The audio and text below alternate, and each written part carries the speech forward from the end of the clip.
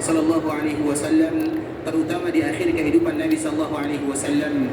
Nabi sallallahu alaihi wasallam sampai di kota Madinah di bulan Rabiul Awal pada hari Senin, dan Nabi sallallahu alaihi wasallam juga meninggalkan Madinah untuk selama-lamanya juga di bulan yang sama dan di hari yang sama, yaitu di hari Senin dan juga di bulan Rabiul Awal.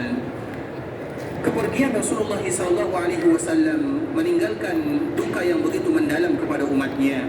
Bagaimana tidak, ikhwatul Islam? Para sahabat dikala Nabi SAW meninggal, banyak yang mereka khawatirkan, dan di antara salah satunya adalah kehilangan sosok yang paling mulia, manusia yang paling dicintai oleh Allah Azza wa Jalla. Karena selama Nabi SAW berada dalam kehidupan dunia, umat akan aman. Itu merupakan di antara salah satu janji Allah Subhanahu wa taala. Apa kata Allah Subhanahu wa taala? "Wa ma kana Allahu liyu'adzibahum wa anta fihim." Allah tidak akan pernah mengazab suatu kaum ketika Nabi masih ada di tengah-tengah mereka. Allah Subhanahu wa taala tidak akan pernah turunkan bencana kepada suatu kaum ketika Nabi sallallahu alaihi wasallam masih hidup. Maknanya ikhwatul Islam, kalau sekiranya Nabi sudah tidak lagi hidup atau Nabi meninggal, maka bencana kemungkinan bisa diturunkan oleh Allah Azza wa Jalla. Sehingga Allah Subhanahu wa taala menyebutkan di dalam ayat ini, "Wa ma kana Allahu liyu'adzibahum wa anta fihim." Tidak mungkin Allah mengazab suatu hamba atau suatu kaum dan ada Nabi di tengah-tengahnya. "Wa ma kana Allahu liyu'adzibahum wa hum yastaghfirun."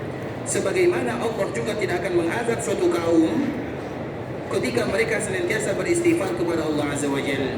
Maknanya ikhwatul Islam, ketika Allah Subhanahu wa taala memanggil baginda Rasulullah sallallahu alaihi wasallam, maka kemungkinan suatu kaum akan diazab oleh Allah, dan azab tersebut bisa juga dihalangi dengan istighfar yang mereka lakukan. Maknanya suatu kaum tidak akan diazab oleh Allah dengan dua. Yang pertama, dikala ada Nabi di tengah-tengahnya.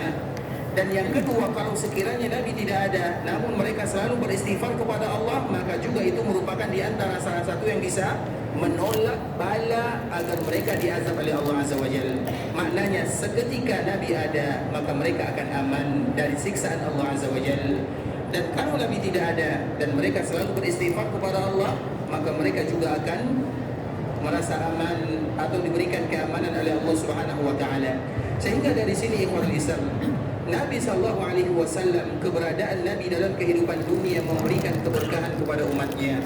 Dan juga di antara salah satu yang membuat para sahabat itu sedih ikhwatul Islam, kalau Nabi sallallahu alaihi wasallam masih hidup, maka masih ada hubungan antara langit dan bumi. Apa makna hubungan langit dan bumi? Malaikat senantiasa turun memberikan kabar gembira atau menurunkan wahyu dari Allah Azza wa Jalla, sehingga berhubungan antara langit dan bumi. Nabi SAW senantiasa diberikan wahyu oleh Allah Azza wa Jalla. Malaikat Jibril selalu turun menyampaikan wahyu kepada baginda Rasulullah SAW. Namun dikala Nabi SAW wafat, maka Jibril tidak lagi turun. Maka hubungan antara langit dan bumi sudah terputus. Maknanya wahyu tidak disampaikan lagi. Wahyu itu terputus dengan wafatnya baginda Rasulullah SAW. Maka itulah di antara salah satu yang menyebabkan para sahabat mereka merasa sedih, dan juga kita kaum muslimin merasa sedih, karena apapun masalah yang dihadapi oleh para sahabat Nabi radhiyallahu taala anhum selama Nabi masih ada, maka wahyu bisa jadi diturunkan oleh Allah Azza wa Jalla. Mudah bagi mereka menyelesaikan urusan-urusan yang ada, karena ketika mereka mengadu kepada Allah, mengadu kepada nabinya, maka bisa jadi Allah Subhanahu wa taala menurunkan wahyu, ayat Al-Qur'an ataupun yang semisalnya. Namun dikala Nabi sallallahu alaihi wasallam sudah meninggal, wahyu itu terputus, karena wahyu hanya disampaikan kepada para nabi sahaja.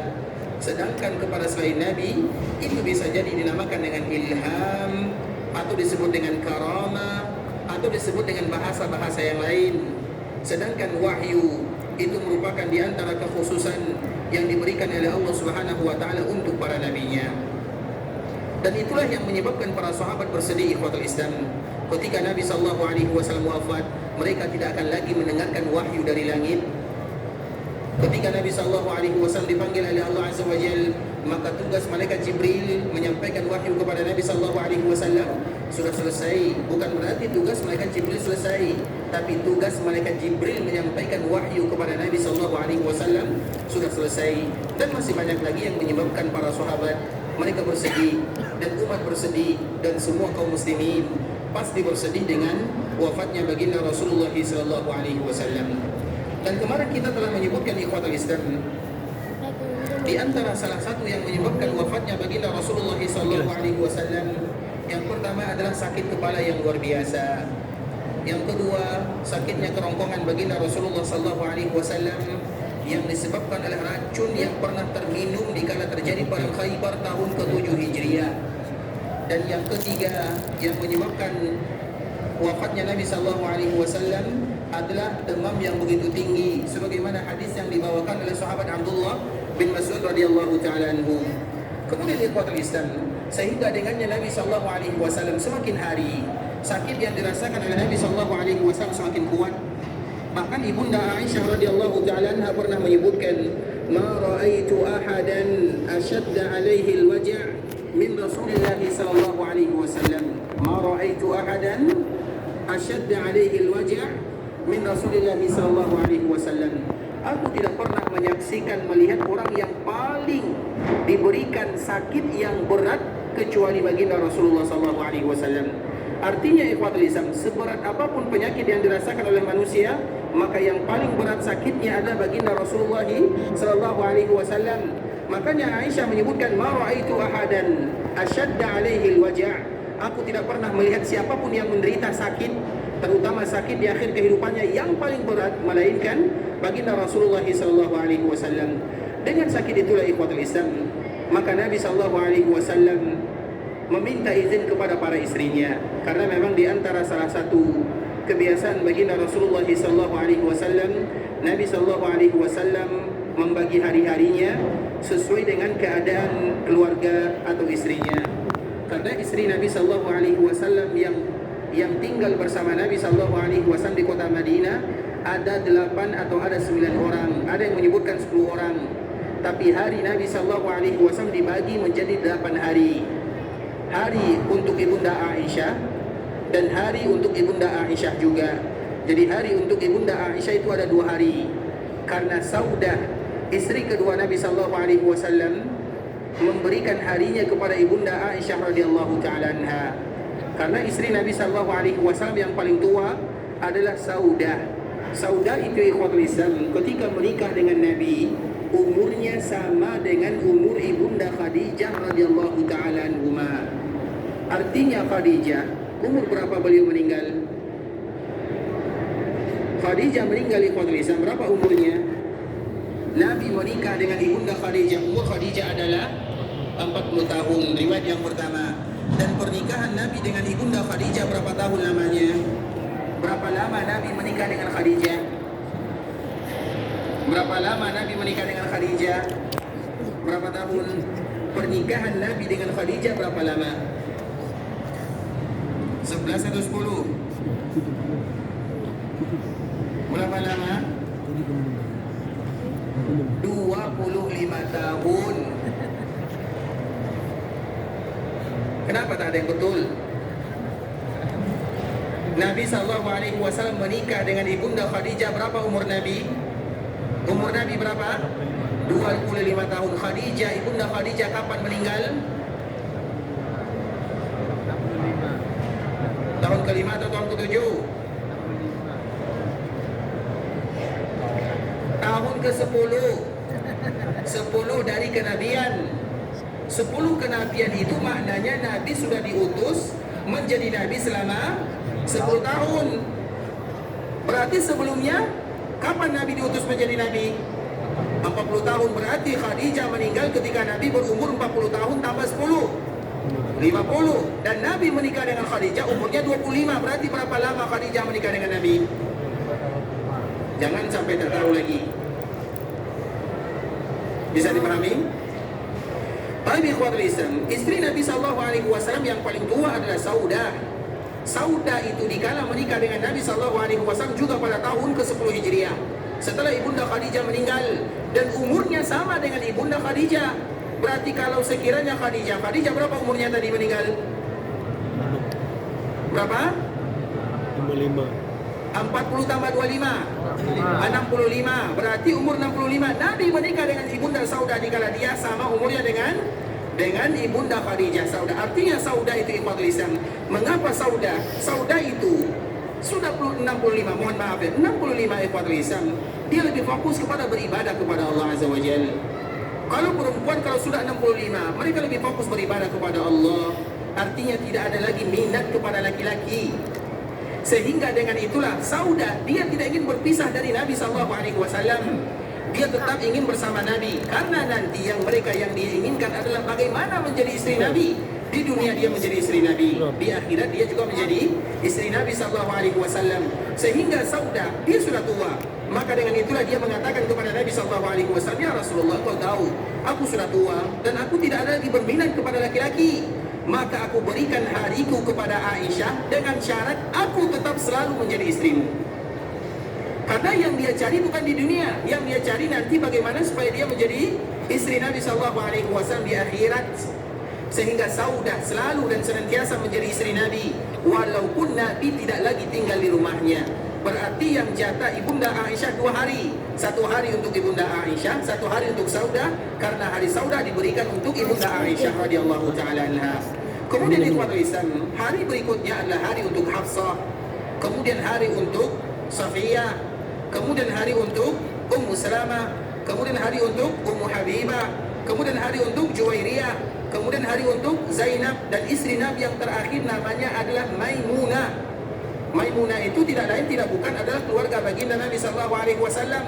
Karena wali daripada Maimunah yang menikahkan Maimunah itu tidak lain adalah Al-Abbas. Al-Abbas itu adalah paman Nabi SAW, paman Nabi, dan dia juga yang menjadi wali untuk Maimunah, dan Maimunah adalah istri terakhir baginda Rasulullah SAW. Berarti hari-hari Nabi SAW di kota Madinah dibagi menjadi 8. Yang pertama untuk ibunda Aisyah dan Saudah. Jadi Aisyah itu dihitung 2 untuk ibunda Aisyah dan ibunda Saudah. Kemudian untuk istri Nabi yang lainnya. Agar kita tahu ikhwatul Islam, itu merupakan di antara salah satu yang selalu dilakukan oleh Nabi SAW. Dan ingat, Nabi SAW adalah manusia yang paling adil. Dan kita juga harus ingat, Nabi SAW menikah semuanya karena perintah Allah Subhanahu wa taala, karena maslahat atau kemaslahatan yang ada di dalamnya. Karena kalau sekiranya Nabi SAW ingin menikah ikhwatul Islam, kenapa Nabi SAW tidak menikah dengan yang belum punya suami atau yang tidak meninggal suaminya? Tapi rata-rata istri Nabi SAW adalah janda semuanya kecuali ibunda Aisyah radhiyallahu taala anha. Agar kita tahu faktor yang menyebabkan Nabi menikah lebih daripada 1 adalah perintah Allah Subhanahu wa taala. Makanya kaum muslimin mereka tidak boleh bertanya, mengapa Nabi SAW menikah lebih daripada 1? Jawabannya karena itu adalah perintah Allah. Kalau kita bertanya berarti kita mempertanyakan perintah Allah Azza wa Jalla. Dan kita harus ingat di ikhwatul Islam, satu-satunya agama yang berani mengatakan kalian menikah dengan 1 itu adalah agama Islam. Kita harus ingat di ikhwatul Islam, satu-satunya agama yang memerintahkan kita menikah dengan 1 itu adalah agama Islam. Bisa dipahami? Sedangkan kalau kita perhatikan dalam agama Yahudi tidak ada batasan, apalagi dalam agama Nasara juga tidak ada batasan. Satu-satunya yang memberikan batasan 1 adalah agama Islam. Kalau kalian sanggup 2, 3, 4 silakan. Tapi kalau kalian tidak sanggup, maka cukup 1 kata Allah Subhanahu wa taala. Agar kita tahu bahwa agama Islam itu ikhwatul Islam satu-satunya agama yang berani mengatakan 1. Sedangkan agama lain tidak akan pernah berani mengatakan yang demikian. Terlepas daripada itu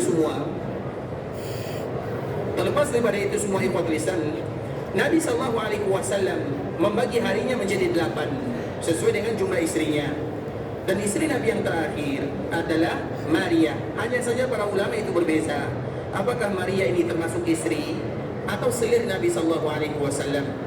Sehingga Maria itu tidak tinggal di dekat dengan Masjid Nabawi. Makanya nanti kalau ada di antara kita yang diberikan kemudahan, kesempatan, maka pelajarilah bagaimana sirah Nabi SAW, terutama dalam bentuk yang bergambar. Apalagi sekarang ikhwatul Islam sudah banyak pameran-pameran di kota Madinah, dan itu merupakan di antara salah satu yang bisa mendekatkan kita bagaimana bentuk rumah Nabi, kemudian bagaimana rumah keluarga Nabi, kemudian di mana rumah keluarga Nabi SAW. Alhamdulillah sekarang diberikan kemudahan oleh Allah Subhanahu wa taala, maka lihatlah, pelajarilah Karena belajar sejarah Nabi di kampung halaman tak sama dengan belajar sejarah Nabi di kota Nabi itu sendiri. Ketika kita belajar sejarah Nabi di kota Nabi, maka langsung akan connect, akan menyambung. Kenapa demikian? Nabi di sini, rumah Nabi di sini, keluarga Nabi di sini. Kita mengetahui Nabi. Tapi kalau di kampung halaman, kalau kita berbicara tentang sejarah Nabi, bukan berarti tidak memberikan manfaat, tapi sulit untuk membayangkan. Sedangkan dikala kita berada di kota Madinah, maka kita akan memposisikan ternyata beginilah Nabi, beginilah rumah Nabi, beginilah keadaan Nabi. Maka itu merupakan di antara salah satu yang dianjurkan, salah satunya berkaitan dengan rumah Nabi sallallahu alaihi wasallam yang rata-rata semuanya ada di bagian kiri Masjid Nabawi, semuanya. Bahkan Fatimah putri Nabi radhiyallahu taala anha, rumahnya juga ada di sana. Tapi ikhwatul Islam, kenapa kita menyebutkan yang demikian? Karena ketika Nabi sallallahu alaihi wasallam sakit, Nabi sallallahu alaihi wasallam minta izin kepada keluarganya. Bahkan di dalam riwayat yang lain ada dua riwayat. Yang pertama menyebutkan Nabi yang minta izin. Yang kedua, Nabi selalu memberikan bahasa isyarat. Setiap kali Nabi sallallahu alaihi wasallam dikunjungi oleh para istrinya, maka Nabi sallallahu alaihi wasallam selalu bertanya, "Aina ana gadan? Aina ana gadan? Aina ana gadan?" Esok saya akan tinggal di mana? Karena Nabi sallallahu alaihi wasallam tidak kuat. Nabi sallallahu alaihi wasallam tetap dalam ketidakada atau ketidakberdayaannya. Nabi sallallahu alaihi wasallam selalu pindah dari rumah ke rumah yang lain. Dalam keadaan sakit pun, Nabi sallallahu alaihi wasallam tetap menjalankan kewajibannya sebagai seorang suami adil. Nabi sallallahu alaihi wasallam walau sakit, tapi Nabi tetap pindah satu rumah ke rumah yang lainnya. Padahal Nabi sakit. Kenapa demikian? Karena istri Nabi mereka bangga untuk merawat Nabi sallallahu alaihi wasallam. Karena istri Nabi mereka bangga untuk merawat Nabi sallallahu alaihi wasallam. Bahkan mereka rebutan untuk merawat baginda Nabi sallallahu alaihi wasallam. Kenapa mereka rebutan untuk merawat baginda Nabi? Karena Nabi adalah seorang suami yang terbaik. Seorang suami yang terbaik kepada istrinya, maka Allah akan berikan kepada mereka balasan di dunia sebelum Allah berikan kepada mereka balasan di akhirat. Sehingga dengan itulah Nabi mengatakan, khairukum khairukum li ahli wa ana khairukum li ahli. Orang yang terbaik, barometer terbaik itu siapa orang yang terbaik? Orang yang terbaik di antara kalian adalah orang yang terbaik terhadap istrinya atau terhadap keluarganya. Dan aku adalah orang yang paling terbaik terhadap keluargaku. Artinya Nabi itu adalah orang yang paling sayang kepada keluarganya. Sehingga dengan itu pula lah keluarga Nabi, selain menyayangi Nabi karena seorang Nabi, mereka menyayangi Nabi karena Nabi adalah suami idaman.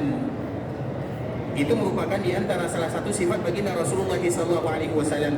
Dan bahkan semua keluarga Nabi. Karena di antara salah satu, kita selalu menyebutkan, di antara salah satu bentuk orang itu baik atau tidak adalah ketika mereka sudah mendapatkan pujian daripada istrinya. Siapa di antara kita yang sudah pernah dipuji oleh istrinya? Wahai suamiku, kamu adalah suami yang terbaik. Sudah pernah? Ini momennya. Terutama dikala kita berada di haram Makkah Madinah, terutama bagi yang bawa keluarga, maka katakanlah kepada istrinya, wahai istriku, bagaimana kira-kira pendapatmu tentang suamimu? Kalau sekiranya suamimu terbaik, maka aku akan menjadi lebih baik lagi. Kalau sekiranya belum baik, maka aku akan berusaha menjadi yang terbaik. Karena orang yang terbaik sesungguhnya adalah mereka yang terbaik kepada keluarganya. Dan bentuk terbaik tersebut ketika keluarga telah memberikan pujian kepada suaminya. Makanya kalau kita belum mendapatkan pujian istri, jangan anggap kita orang baik.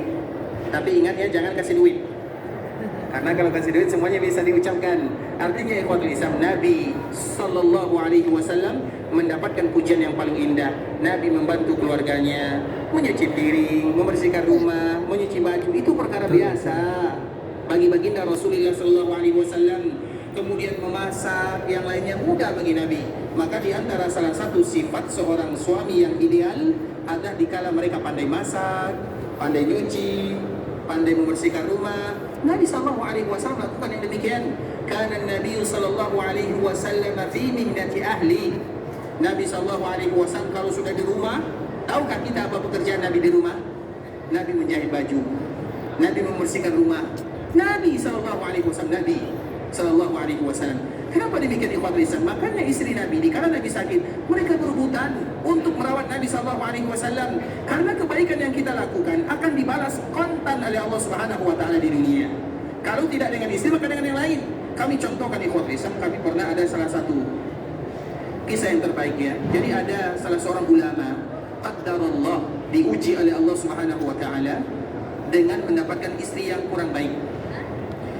Dan yang harus kita ingat, ketika kita melakukan kebaikan, tujuannya bukan untuk mendapatkan kebaikan dari orang yang kita berbuat baik kepadanya. Itu poin penting yang harus kita ingat. Tujuan kita berbuat baik kepada siapapun, seorang ayah berbuat baik kepada anaknya, seorang suami berbuat baik kepada istrinya, seorang saudara berbuat baik kepada saudaranya. Tujuan yang pertama adalah untuk beribadah kepada Allah Subhanahu wa taala. Karena apabila tujuan kita melakukan kebaikan, kita berbuat baik kepada istri, supaya istri berbuat baik kepada kita, maka suatu saat kita akan kecewa dengannya. Ingat itu baik-baik. Kita berbuat baik kepada anak untuk beribadah kepada Allah. Jangan pernah kita mengatakan aku berbuat baik kepada anakku supaya nanti dikala aku tua dia juga berbuat baik. Iya, itu harapan semua orang tua. Tapi kalau sekiranya kita tidak mendapatkan kebaikannya, kita akan kecewa. Percuma aku dulu menyekolahkan kamu. Keluar bahasa tersebut, percuma dulu aku mendidik kamu. Sehingga semua ibadah yang kita lakukan hilang. Makanya melakukan kebaikan itu ikhwan Islam, apapun yang kita lakukan, yang pertama kali adalah karena beribadah untuk Allah Subhanahu wa taala. Kemudian kalau sekiranya Allah berikan balasan di dunia, alhamdulillah. Kalau sekiranya tidak kita dapatkan di dunia, maka kita tidak akan kecewa dengannya. Kebaikan, apapun kebaikan. Seorang guru berbuat baik kepada muridnya, mengajar muridnya karena ibadah. Apapun yang kita lakukan karena ibadah, maka Allah akan berikan kemuliaan. Apapun ikhwatul Islam. Dan itu yang disebutkan oleh Umar bin Abdul Aziz. Umar bin Abdul Aziz pernah menyebutkan kebaikan orang di zaman sekarang ini. Umar bin Abdul Aziz di tahun 101 meninggalnya, artinya masih 1 abad. Kebaikan sekarang sudah mulai kebaikan orang itu urusannya karena kepentingan, bukan lagi karena kecintaan karena Allah Subhanahu wa taala. Maka itu merupakan poin yang harus kita ketahui. Kita menjadi seorang suami yang terbaik karena ingin beribadah kepada Allah Azza wa Jalla. Allah berikan kepada kita istri yang terbaik, dia balas kebaikan yang kita lakukan, alhamdulillah. Kalau sekiranya dia tidak balas, maka Allah pasti akan memberikan balasan. Dan balasan Allah jauh lebih baik daripada balasan manusia. Makanya kita contohkan di Ikhwatul Islam, ada salah seorang ulama.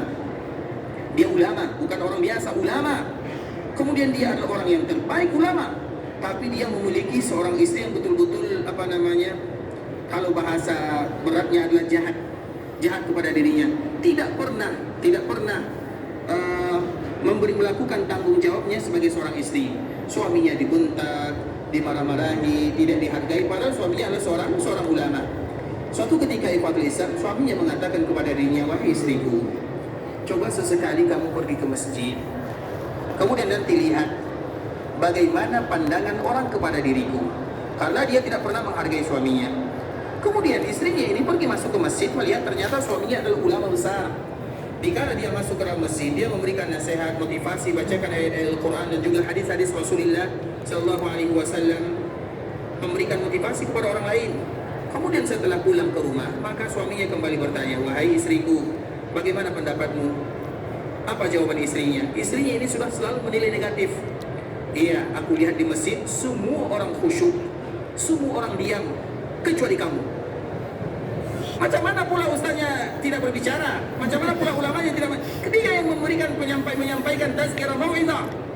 Tapi nilainya, dia sudah menilai suaminya buruk semuanya. Makanya dikala disebutkan, saya melihat di masjid semuanya khusyuk, tenang, nyaman, tidak ada yang berbicara kecuali kamu yang tidak khusyuk. Kemudian qadarullah, istrinya meninggal. Bukan alhamdulillah ya. Qadarullah. Kemudian maka dia memiliki anak ini ikhwatul Islam. Setiap ada yang masuk, maka semuanya mengatakan, wahai fulan, anak ini dari mana kamu datangkan? Karena dia adalah anak yang terbaik, anak yang saleh. Semua orang yang masuk pasti memujinya. Apa kata ulama ini kepada orang-orang? Sabartu ala ummihi 20 sana.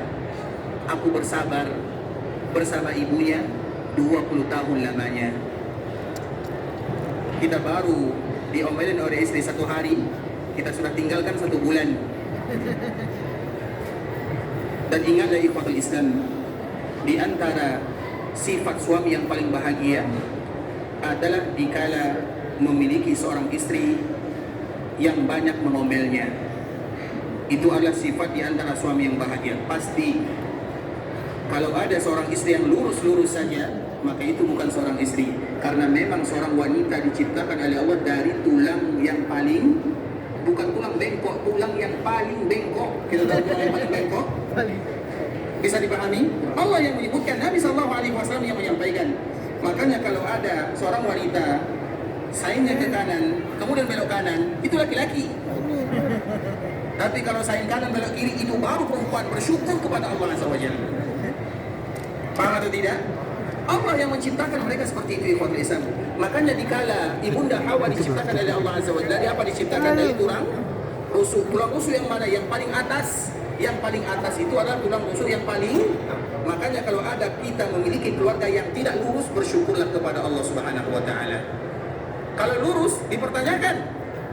Kalau ada kita memiliki seorang istri yang tidak mengomel, tidak banyak bicara, dipertanyakan ikhwatul Islam. Karena keseruan keluarga, jangankan kita, baginda Nabi. Sekarang kita kembalikan kepada baginda Nabi. Baginda Nabi SAW dikala Nabi sudah tidak sadarkan diri, sakit, pusing, kemudian sakit, pingsan, kemudian di akhirnya nanti akan kita jelaskan. Apa kata Nabi? Mur Abu Bakrin falyusalli bin nas. Perintahkan Abu Bakar, cari Abu Bakar, suruh dia jadi pemimpin salat. Kira-kira siapa yang pertama kali memberikan komentar? Ibunda Aisyah radhiyallahu ta'ala anha. Dalam keadaan pingsan, dalam keadaan sakit, dalam keadaan seperti itu. Tapi yang pertama kali memberikan komentar adalah dalam keadaan seperti ini saja Ibunda Aisyah berani memberikan komentar, apalagi dalam keadaan biasa. Dan itulah seorang wanita, bisa dipahami? Maka di antara salah satu sifat suami yang berbahagia dikala mereka memiliki istri yang, makanya sabar ikhwatul Islam. Baik, saya juga yang paling sabar. Baik, kita lanjutkan ikhwatul Islam. Kemudian kita lanjutkan, semua kita harus bersabar. Bahkan Nabi SAW pernah meninggalkan istrinya selama 1 bulan. Jadi kalau marah, seorang laki-laki, di antara sifat laki-laki kalau marah, tinggalkan rumah. Selesai. Kemudian pulang ke rumah, beli emas. Insya Allah semua perkara selesai. Baik, nanti akan kita lanjutkan ikhwatul Islam. Apa kata Nabi SAW? Ini kalau masalah ini seru ya. Sekarang kita kembalikan kepada Nabi. Nabi adalah contoh dan suri tauladan yang terbaik. Kalau kita ceritakan tentang Nabi, kita akan tersenyum. Ini Nabi, pemimpin manusia. Muhammad bin Abdullah, seorang pahlawan, seorang panglima, seorang pemimpin, semua sifat ada pada baginda Nabi SAW. Tapi kalau kita belajar bagaimana rumah tangga Nabi SAW, Allahu Akbar, maka bagi mereka yang berbahagia, belajarlah dari manusia yang paling bahagia. Dan tidak ada yang paling bahagia kecuali baginda Muhammad bin Abdullah SAW. Makanya kalau kita lihat di kaliku kehidupan Nabi, Allahu Akbar. Makanya nanti belajar ya tentang keluarga baginda Rasulullah SAW. Kami punya beberapa tulisan ikhwatul Islam.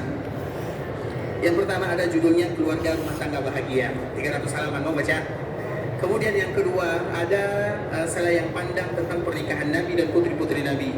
Kami mencari ikhwatul Islam, Masya Allah Tabaraka Rahman, manusia yang paling bagus muamalahnya, yang paling pengertian kepada istrinya. Coba bayangkan, istri Nabi ada yang lebih tua dari Nabi, ada yang seumuran Nabi, itu jarang. Ada kalau tidak paling tua maka kecil. Dan umur itu